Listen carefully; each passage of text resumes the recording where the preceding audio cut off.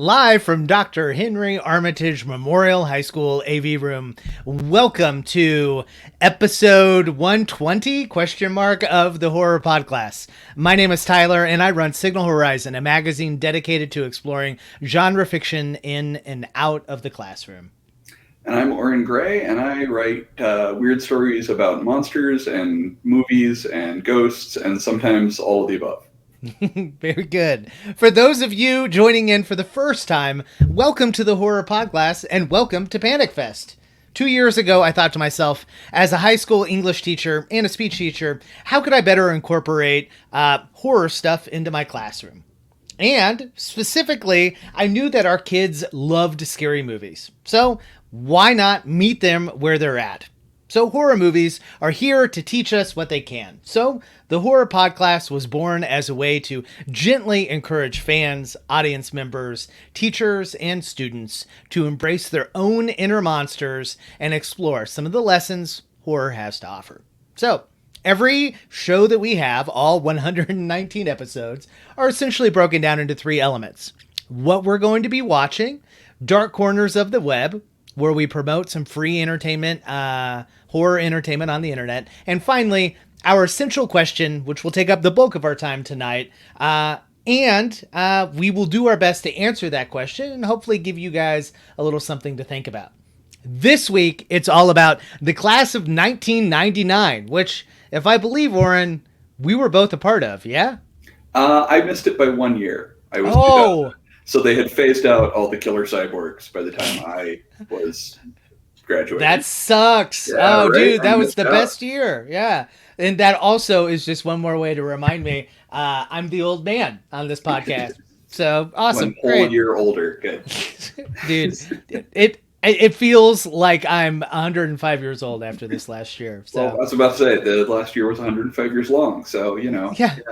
It aged us all. It aged us all. But, yeah, we're so thrilled that you have joined us on our pre-recorded episode. And I might just mention, as I will later, that you can catch all of our episodes live by simply following Signal Horizon on Facebook or Twitter. And we'll give you the link so that you can totally check out every episode. The new episodes come out every other Thursday. So if you like what we're doing here, if you're a teacher that wants some ideas on maybe some scenes, maybe not some full movies, but definitely some scenes that you can show, check us out. We'd love to hear your feedback. So Oren, when I was typing up the script, I wrote, what are we watching? We just recorded an episode last Thursday, so it doesn't give us a lot of time. Anything going on in your neck of the woods? No, I since we talked last time, I have watched this movie that we're about to talk about, and that's it. Awesome. Yeah, you haven't even I'm thrilled to live vicariously through you as you attend this adventure in tabletop gaming, because I don't know a ton about it, but it looks cool as shit. Yeah. Do you have any projects that you're working on? So I've got a bunch of miniatures lately, and I've been gluing them together, which I find really relaxing, weirdly enough. I don't paint. I can't do the painting, but I like gluing them together. And so I've been doing that this weekend mostly. I did a unit of Thousand Suns, which are basically their space mummies, essentially. Okay. From Warhammer 40K, and I took a really good picture of them. So it's on my Instagram. If people want to check out my Instagram, there's a picture of my most recent completed miniatures up there. Awesome. Yeah, we'll include it in the script notes too. Yeah, so sure. You can see all the cool shit, because it's way cooler than anything I'm into. Although I am super thrilled. First and foremost, if you are watching this, then you've signed up for Panic Fest, which is unbelievably great. And I'm thrilled that they're able to do it again this year. We know that we're a bit in the hybrid model where some stuff is online, like we are right now, and some stuff is in the theater at Screenland Armor. I was just at Screenland Armor today to catch, I was so thrilled to catch it, Godzilla vs. Kong. First movie in over a year I've seen. Who thought it? It was going to be the triumphant return to theaters would be Godzilla versus Kong. I mean, it's a good one. It's a good one to come back to theaters for. I mean, I haven't seen it, but conceptually, it's a good one to come back to theaters for. Exactly right. So I have HBO Max, and we do all that. So I could have seen it when it came out like on Thursday, I think. But I was like, man, a big, wicked monster movie that is loud and bombastic and, it designed for the big screen. I was like, okay, I've had both of my vaccinations. I'm as comfortable as I'm ever going to be in getting back out in public. So let's do it. So I did it. It was amazing. I was so glad to grab a beer and sit in that wonderful old school theater and, pretend like things were back to normal, even though not exactly back to normal. Yeah, but not so much. We're getting closer. So I know, from previous episodes, and obviously we're buddies, so I kind of know what aesthetic that you have. But are you a kaiju kind of guy? Yeah, I mean, I love the like rubber suits and things, especially. So like a lot of the movies are bad. Let's not put too fine a point on it. Not that bad ever stopped me, as we'll get into on the movie we're about to talk about. But all of the movies are not great. But like I love the aesthetic of them. I love the sense that you get that like so. One of the things that's a problem with movies like Godzilla vs. Kong, as much as I liked some of the other recent MonsterVerse movies, is that when you look at the old kaiju movies, the great thing about them, right, is that when you strip away the movie, the plot entirely, what you get is essentially a bunch of people playing with toys. Right? You've got a guy dressed up in a big monster suit, and he's playing with like toy trains and cars and shit, and so that's fun. Like people playing with toys is fun, no matter what, even if the movie is otherwise bad. And that you lose that when you drop away the practical effects of it somewhat. But yeah, I like kaiju movies. They're fun. Yeah, I think that's probably a great analogy. Both of my children grew up with YouTube and the ubiquity of like being able to watch, YouTube wherever you were at, right? Mm-hmm. And both children have gravitated towards watching videos of other kids playing with toys.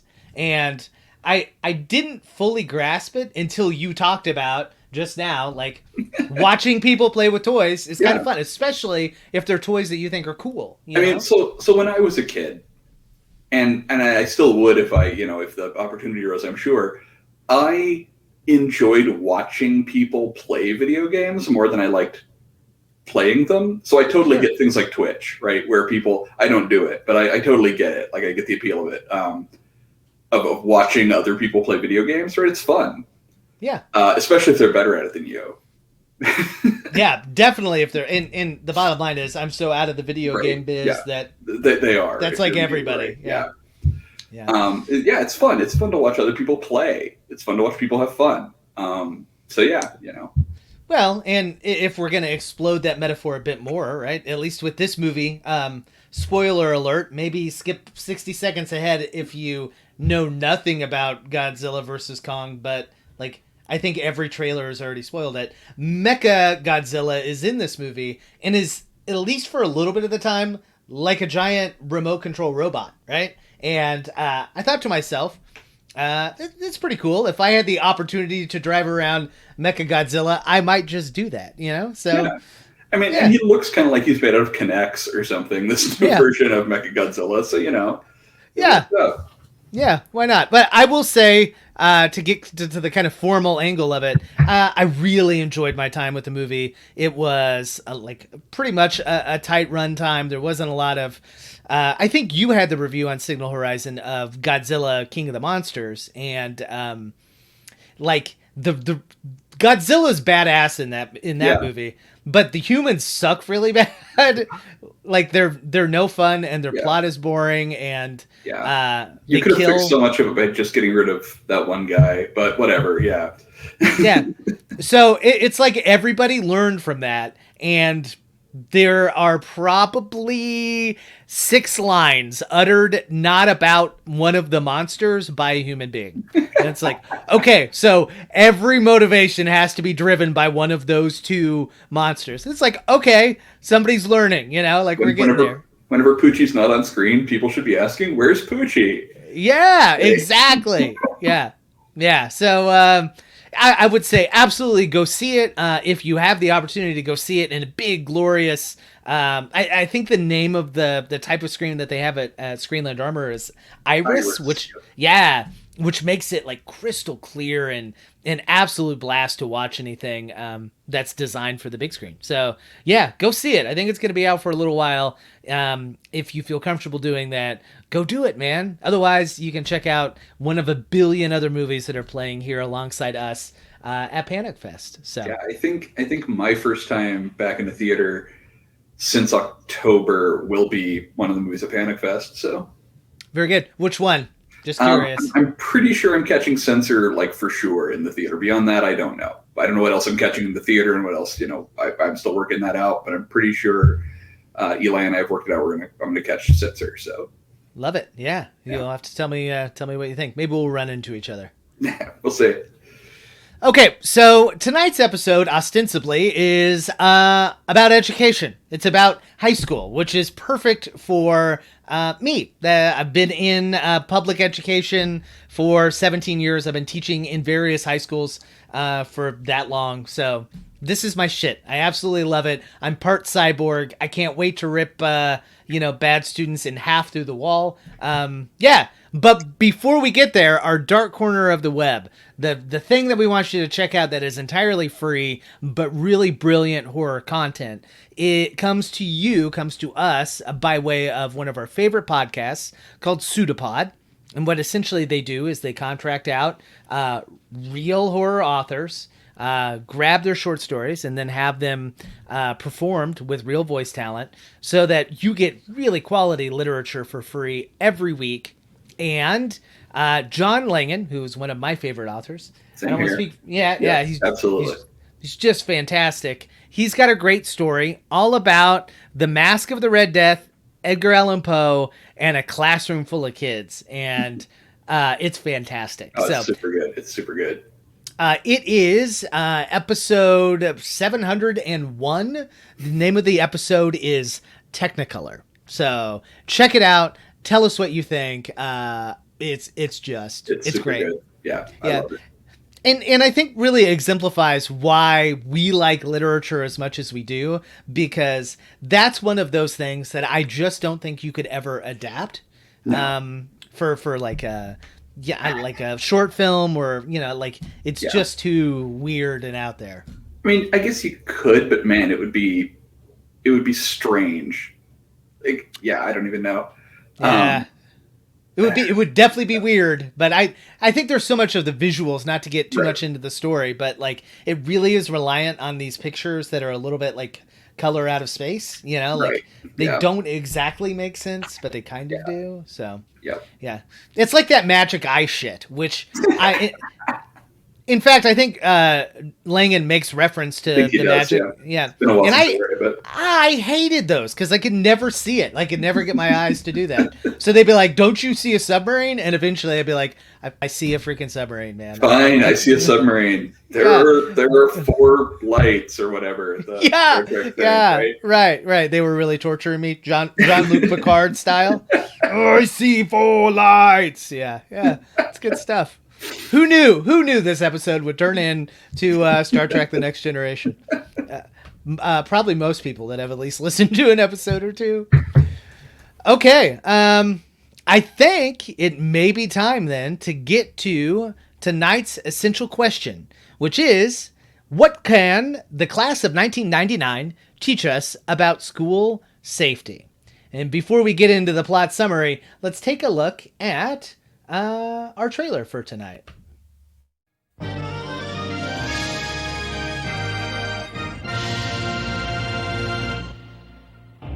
In 1998, 6 million violent incidents took place in American high schools, including 29,927 teacher fatalities. The public school system has been reduced to a battlefield. But the Board of Education has just found a solution.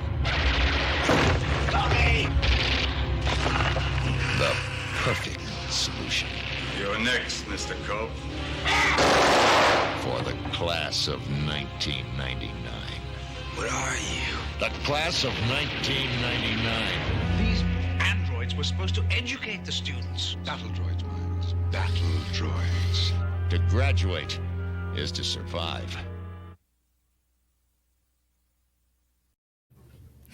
I love it. Let me just tell you, as a member of the class of 1999, none of us were that cool. Aw. I just need to know as a teacher what kind of weapon your arm turns into. Yeah. Well, it depends. I just cooked dinner, so my robot arm is still a whisk from the really yummy bechamel sauce that I created. Yeah. So, but normally it's a bazooka. I don't know. Sure. I felt bad for the history teacher guy who just got a claw. Like everybody else is like, I shoot missiles. I'm a flamethrower. I got a claw. Right. Like, come on, man. And if again, it had probably been 30, maybe not 30, but it had been 20 years since I'd seen it. So they are repurposed to like battle androids, right? Or right. battle, whatever. So like somebody designed that claw. Like maybe it was like I don't know. He was the poor robot that had to go defuse landmines or some shit. I mean, it was this close combat weapon, right? I don't know. Yeah, there you go. You could stick a bayonet on it. And he just, right. It had a drill, I think, in the center because he like grabbed a person's head and like drilled them. I think. Oh yeah, that's fair. Yeah, okay, so he's a little groovier than we thought, but I mean, it's cool. It's just not. Like, you've got to really get in there to use that as opposed to, missile launcher. I mean... Right. As opposed to, Pam Grier, who, can take out a whole army of hooligans or whatever. Right, with their flamethrower arm. Yeah. Well, for those of you that haven't seen this movie yet, it is free to watch on Tubi, which is awesome. I think the last film we talked about was also free on Tubi. And they just do an exceptional job. You have to watch some ads, which kind of sucks, but... there's a ton of free stuff there, and all you have to have is an internet connection to watch. So one more reason to cut cable. Yeah, and a lot of it's this good trash like this. So. Oh yeah, and I would say this is good, fun trash. Yeah. So the Internet Movie Database gives us a pretty brief summary here of this film. 3 ex-military robots are reprogrammed as teachers and secretly placed in a school where most students are part of organized gangs. They begin to respond violently to unruly students, and their military training starts to take over. So there are a lot of questions that we need to cover tonight. Chief amongst them being, how do you think this movie feels about public education in general? Because it doesn't seem great. So I feel like... And I think in some ways this is maybe the most interesting interpretation of this movie beyond, like, it's fun to watch people crash cars into cyborgs or whatever. So about a decade before he made this movie, Mark L. Lester, who made this movie, also made Class of 1984, which is basically the flip of this movie, except that the students aren't cyborgs. But, like, it's about so we have to talk about Stand and Deliver. So Stand and Deliver, right, you're familiar with, and all the variations. Anyone listening is probably more familiar with Dangerous Minds, but all the variations of like the well-meaning teacher who goes into the like inner city school and turns all the delinquent kids around with their well-meaningness, right? And so like Class of 1984 was about like this teacher who was essentially wanted to be that. But the students were unredeemable, and he ends up like killing a bunch of them instead. Like they end up fighting, and it's a big action thing at the end. And so a decade later, he makes this, which is basically that flipped. And in a lot of ways, this feels like a repudiation of that whole subgenre. Ooh, I like it. Okay. The notion that these students need to be redeemed or rehabilitated, but instead, like, what that's doing is actually just making them cogs in the machine. It's making them, it's taking away their individuality and making them drones. Yeah. Right. And so you have literal machines trying to make the students into machines, as what can't help but feel like a repudiation of a movie he made a decade before. Like that was just the opposite, the script flipped. I found this whole idea, not only that the movie, but what the cyborgs represent, the fact that we are doing this movie now as part of a hybrid itself film festival, it is, the whole thing is very on the nose. But we live in a very conservative state, right? Both, you live in Kansas and I live in Missouri. We only live about Right. 30. It's essentially one big, very conservative state. Yeah, right.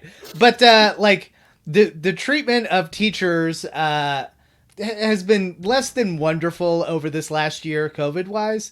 And I love the idea that this movie starts out like dehumanizing the teachers, you know, oh yeah, let's literally deprogram the humanity out of these teachers and see what happens, right? Right, and it'll totally be better, right? This will fix the problem. Right. As if the teachers were literally robots. Yeah, right. And I just needed one or two of them to say like, no, we've got to teach this. It will be on the end of course exam, you know, like.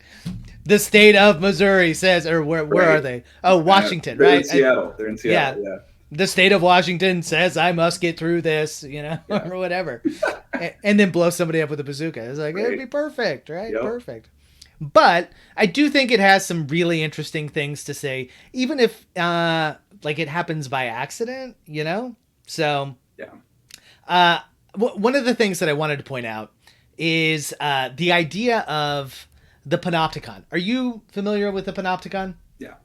Yeah. First, as an idea by Jeremy Bentham as a way to create like a prison system, essentially, where the guard tower's in the center and can see out, and the prisoners can see that there's a guard tower, but they can't see in, so they never know when the guard is going to be watching. So theoretically, they were always going to be on their best behavior because they might get caught, right?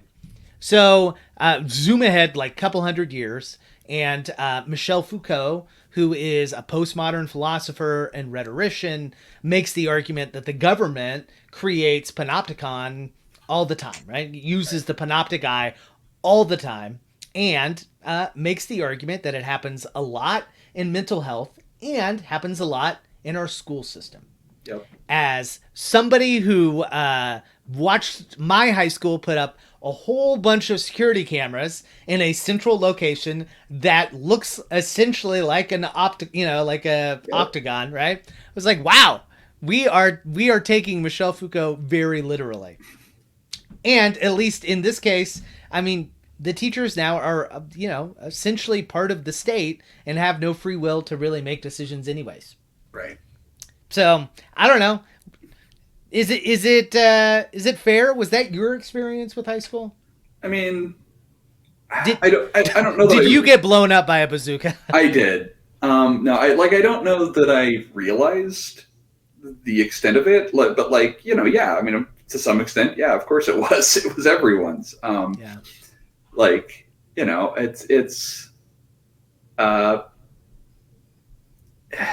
For me, a lot of it came down to realizing that my teachers, when I did finally realize that my teachers couldn't do what they wanted to do, it wasn't that they were doing what they were doing because they were just adults and adults were assholes or something, but sometimes true, sometimes true. Right.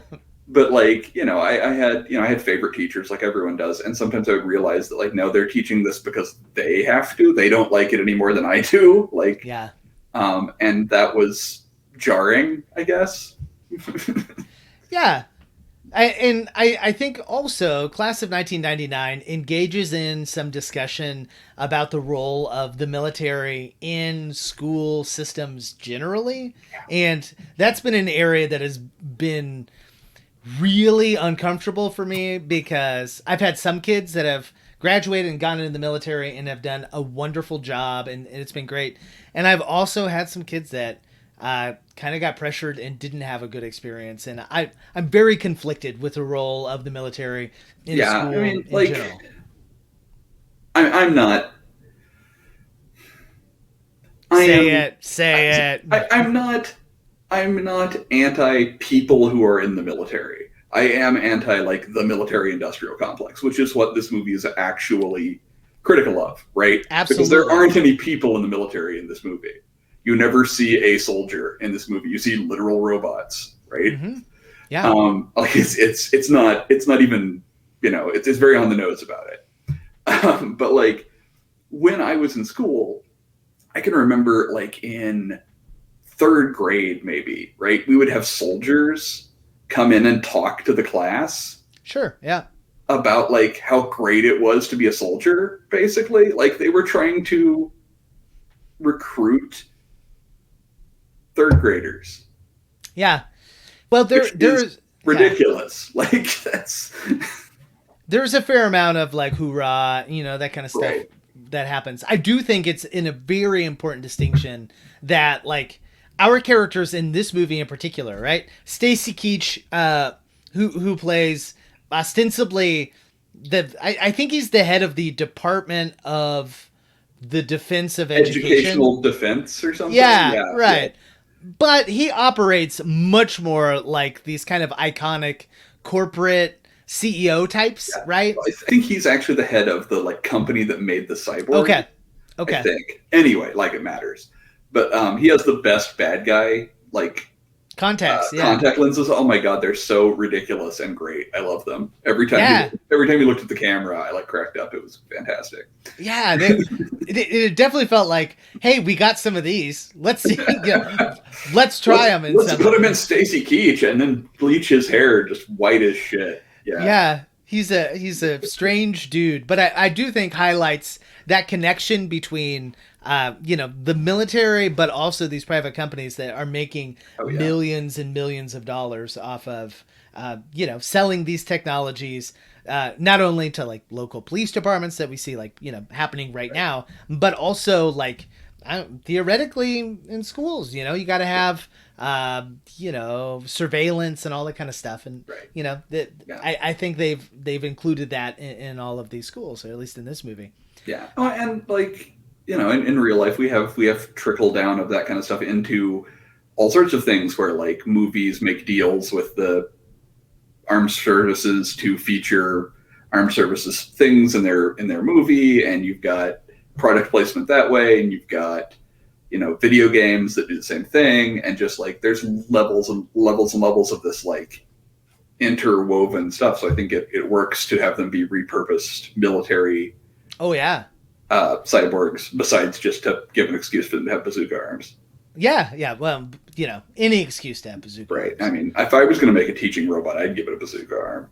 You would have to. Right. But it needs to be one that can disconnect, and you could just like stick a dry erase marker in it, and then like Inspector Gadget or something. Mm-hmm. But I do think that idea that the military sells this stuff to private entities or public entities or whatever it may be is really important. And in that way, this is a silly, goofy movie, but that's a real topic that I think deserves to be included in the conversation, if nothing else. Yeah.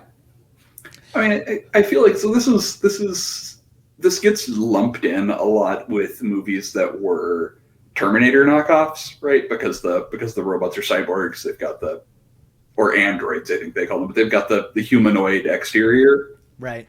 But it honestly, like,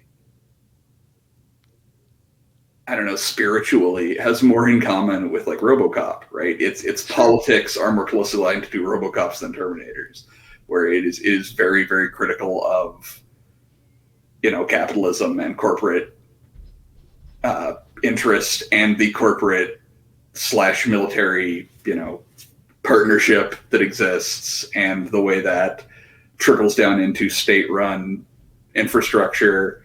I mean, it's definitely operating more in the RoboCop sphere than the Terminator sphere, despite the aesthetic similarities of the cyborgs. Yeah. Well, and I think pulling that back to the movie then, so the one thing that I couldn't get beyond, right? The one thing. There are lots of things about this. That's the only thing. The big thing I like, so we've created these like lawless areas of the country, right? Right. And I forget what they're called, but they're like free fire zones. Free fire zones, right? First off, this is like so steeped in the culture wars of the 1990s that it feels like you could move this movie now, right? Like the GOP just released their essentially their running platform for midterm elections, right? And they were like, it's going to be about the economy and about blah blah blah. But then they listed the issues, and it's all like culture war stuff. It's all like not letting trans kids play sports and stuff that like regardless of what political lean that you have, like, that's not about the economy, you know? Like, in no way, shape, or form can you spin that to be like, we need more free markets. Also, your trans kid can't play basketball. I mean, that doesn't make any sense, right?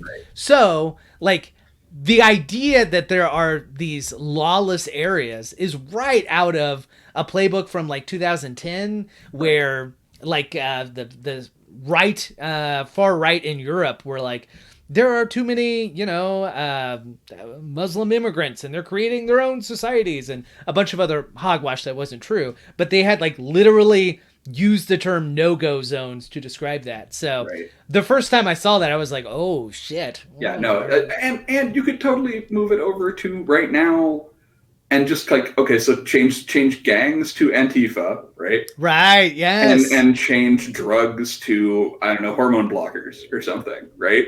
And you're done. You fixed it. It's the same. It's the same story. Yeah. Oh, you could just leave it as drugs, you know? Like, you have, you know, you have what now with New York, I think 20 states have legalized marijuana for recreational purposes. You know? Yeah. Well, and that's why I almost included in our other movies that were similar to this, VFW, because it's got this, like, weird, grungy post-punk, like, aesthetic to the bad guys that I found really interesting. But if you haven't seen VFW, it was one of my favorites of last year's Panic Fest. So, yeah. 100 years ago. Yeah, right. That's what it feels like. But I think it would be a really great companion piece to this one, you know, where the old guys kicking the young guys' ass in Class of 1999 are the bad guys, and then you flip that on its head for VFW, and the old guys are the good guys there, you know, or whatever. So, yeah. So, all right. My question is, what are the rules here, right? We have lawless areas, but still all these kids go to school? So I loved my favorite bit, right? First of all, why do these kids even go to school if they live in the free fire zone? Why do they even go? And second, like, you have this scene early on, right? Like, one of the very first scenes in the movie, practically. It's literally right after the credits, where they have this, like, gunfire car chase, right? They have this, like, this rolling gun battle, right? And then immediately following them, the school bus comes through. Why the fuck are you running a school bus through that neighborhood? What the hell is wrong with you? They just were shooting machine guns at one another. Yeah, like, I'm relatively certain bus service is the first to go once you've labeled an area a no-go zone, you know? Like what? Who did they have robots driving the buses too? Because if not, what human did you get to drive that bus? Yeah, because, you know, kids are always shittier on the bus, so it's like, oh my god, Jesus, yeah. So, like, they still go to school, which doesn't make sense, but also they make a big deal about talking about how, like, the police don't go to the schools anymore, right? Like, they're the police not don't even go into the free fire zones, right? Right. Yeah. So, who are the people in the black helmets? So I think they said at one point that, like, the Department of Educational Defense, like, subcontracted some, like, a private security firm or something. Oh, okay. To be those guys in the black outfits. I think they do make a haphazard attempt at explaining why there's, like, a security force. Just imagine. Imagine the politics that would go into that, you know? Like, the local police won't do it, so the federal government has to stick in you know, the crawl that they have at the beginning, which is super indicative of, like, Escape from New York and Escape from LA. Like, there's a lot of, some may say ripping off, some may say distilling the essence of those films to give us a good place to start. But yeah, I just had issues getting through the beginning part because I didn't understand the rules. Yeah, you know, it didn't make any sense. Right. Yeah. Like, it was lawless, but also you didn't want to get in trouble because they beat the fuck out of you. So, yeah, it didn't make sense. And, like, good. It felt a lot, again, like probably two scripts at one time. Okay. Where, like, the idea of the free fire zones and everything was at one time separate from the idea of the, like, robot teachers, maybe. Okay. And these, I don't know. I don't know the story behind this. It was written by the director, and also the co-writer was a person who wrote a bunch of full moon movies. So all right. Yeah, this seems unsurprising to me. Yeah. Also, for those who have, this will surprise no one who has seen both of these movies. The director of this also directed Commando. Which, if you haven't seen Commando in a long time, Commando, like, I remembered as a kid Commando as being a fairly generic 80s action movie. Commando is fucking insane. Commando is bonkers. I think the last time I saw it, I had to be under 10 in my parents' basement. Well, watching it again as an adult, it is like, this movie is tame and credible by comparison to Commando. Is Commando Arnold Schwarzenegger or is it Dolph? No, it's Arnold Schwarzenegger. Yeah. Okay. I think at one point, even though he's supposed to be a regular guy, he might put his hand through a metal door and then tear the door off.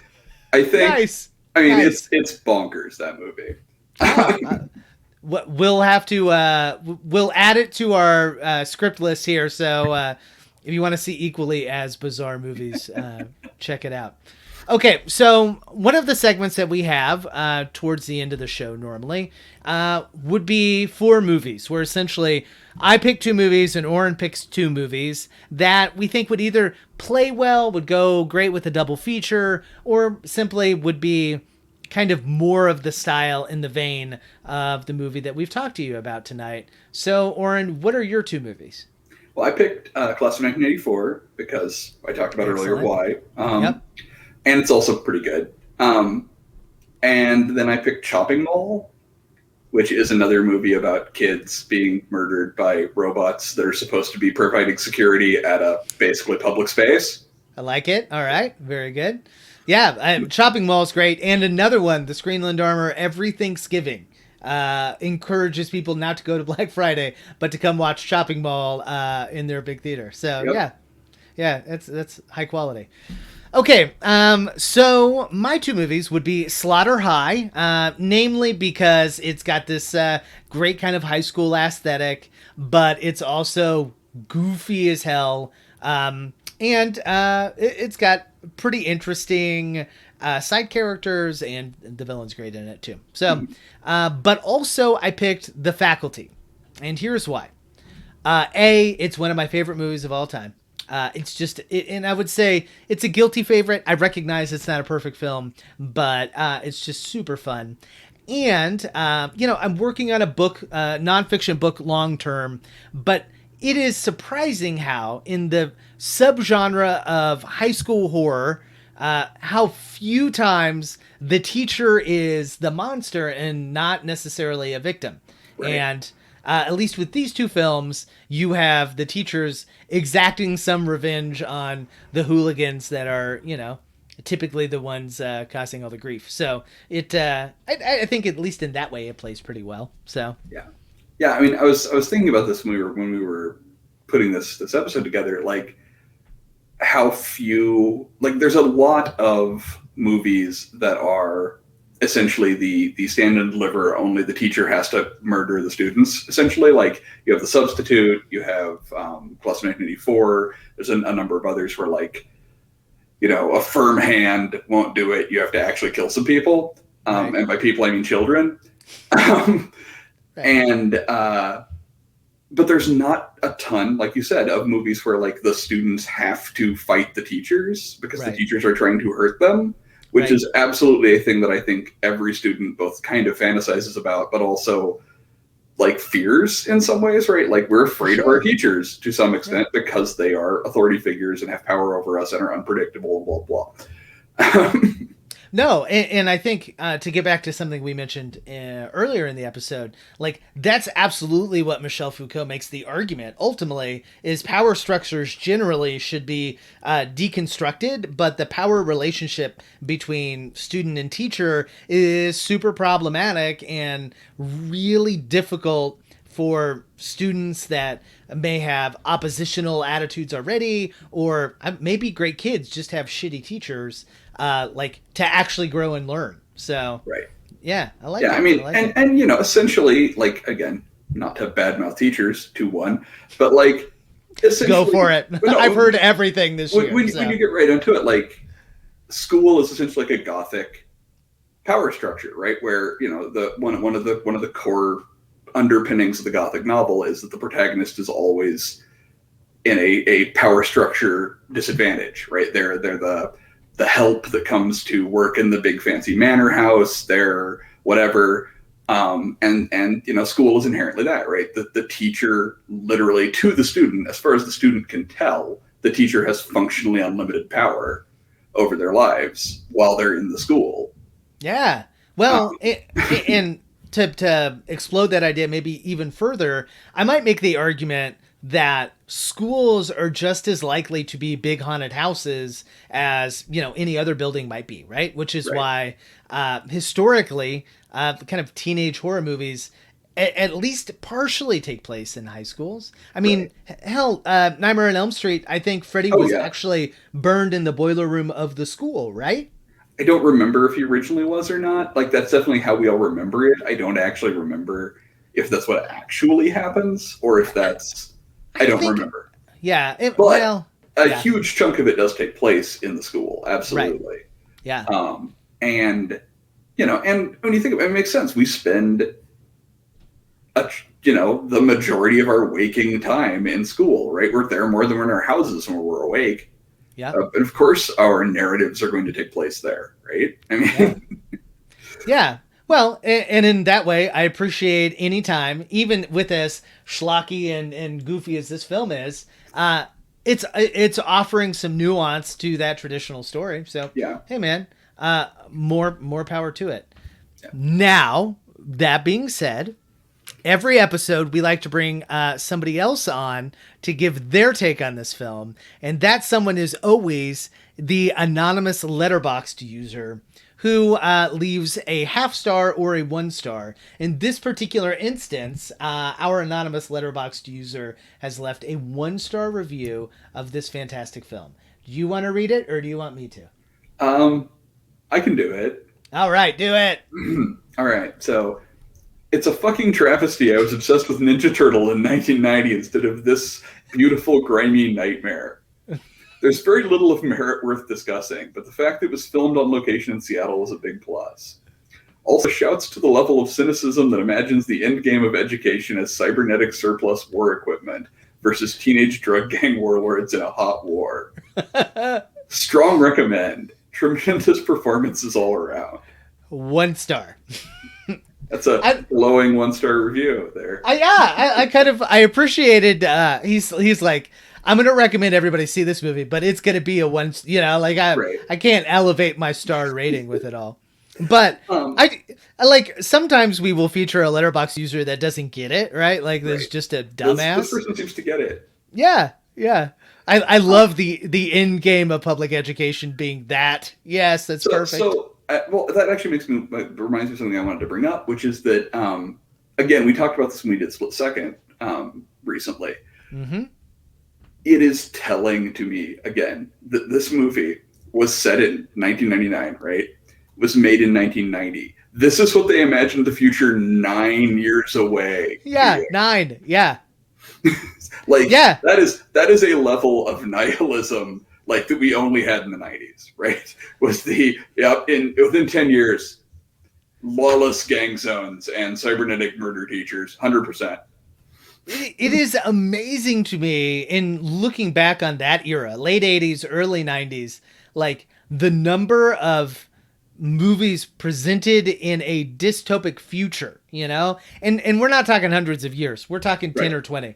So when people bitch about the culture wars and that kind of stuff, like I'm down for that conversation, but I think it was way worse, back then when we were like, oh, if we keep going on this trajectory, then the only ones that are going to save us are cybernetic guidance counselors. Cybernetic murder teachers. Yep. Yeah. Who can nuke the whole high school if they have to. Yeah. Yeah. So, I mean, as bad as we think things are, they could be much, much worse.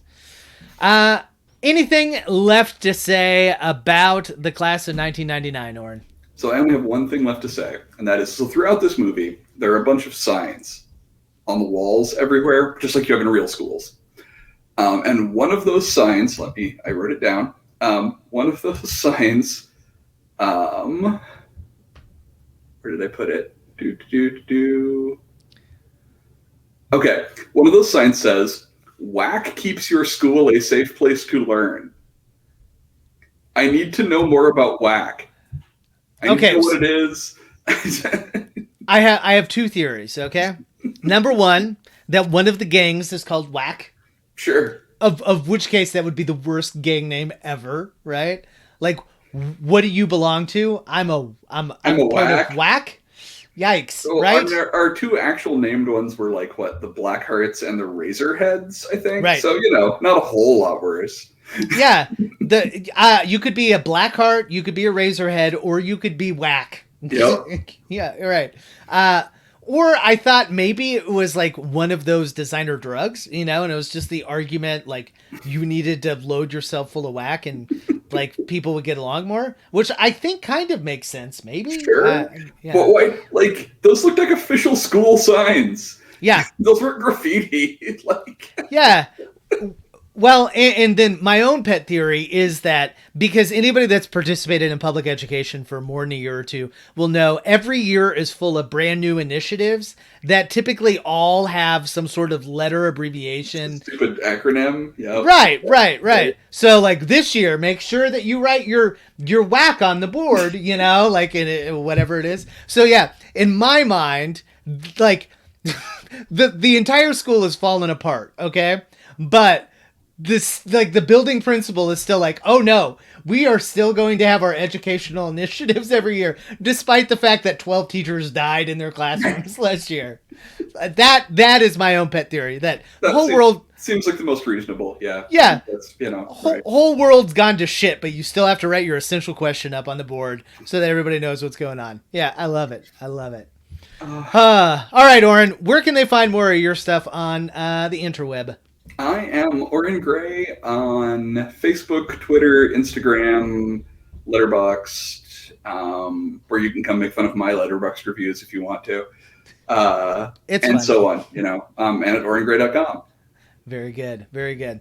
Well, you can find more of my personal stuff on Twitter. I'm at Ty Unsel, where I tweet about politics and horror and sometimes the horror of politics. But otherwise, if you enjoyed checking out the Horror Podcast tonight, you can find us on any podcatcher.